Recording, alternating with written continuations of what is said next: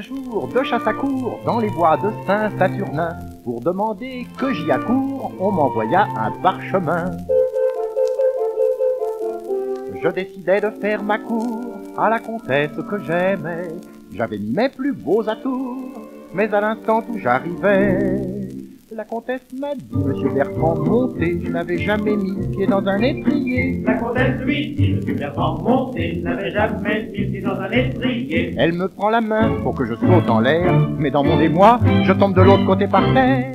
J'essayais 4 fois, enfin je suis assis, mais pendant ce temps-là, tout le monde était parti. Taillot, taillot, taillot. J'aime la musique, c'est ma nature, et je devais sonner du corps quand je verrai sous la verdure apparaître un superbe décor. Je tenais à peine sur mon cheval, le voilà qui fait un écart. Je tombe en arrière et je m'étale, évidemment j'étais en retard. La comtesse m'a dit, Monsieur Bertrand, sonnez, je n'avais jamais mis les lèvres sur un cornet. La comtesse lui dit, Monsieur Bertrand, sonnez, je n'avais jamais mis les lèvres sur un cornet. Elle me tend les siennes afin de me montrer comment savamment pour un décor je dois sonner. Je l'embrassais 10 fois, c'était toujours ça de prix. Mais pendant ce temps-là, le décor était parti. Taillot, taillot, taillot. Je ne brille pas par mon courage, j'ai toujours eu très peur des chiens. Il y en avait 100, peut-être davantage, ça faisait un drôle de va-et-vient. J'étais pas fier, mais heureusement, ils traversèrent une haie, en sautant, criant, aboyant.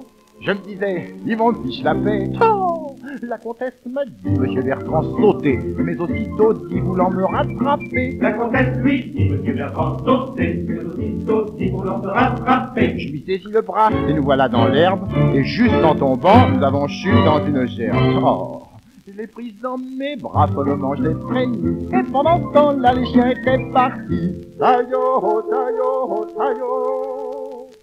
Nous découvrîmes dans une clairière un charmant et doux pavillon. Et c'était là que la douairière avait perdu ses illusions. Nous nous assîmes sur un divan. Il y avait des bois sur tous les murs. Je pensais au conte, évidemment. Mais mes intentions étaient pures. La comtesse m'a dit, tant pis pour la curée. J'ai tout de suite compris qu'on pouvait s'en passer. La comtesse lui dit, tant pis pour la curée. Tout de suite il comprit qu'on pouvait s'en passer. Elle fut à moi lorsque le corps sonnait, et sous mes baisers de tout son corps elle tremblait. Les honneurs du pied, c'est moi qui les dis, et pendant ce temps-là la course était finie.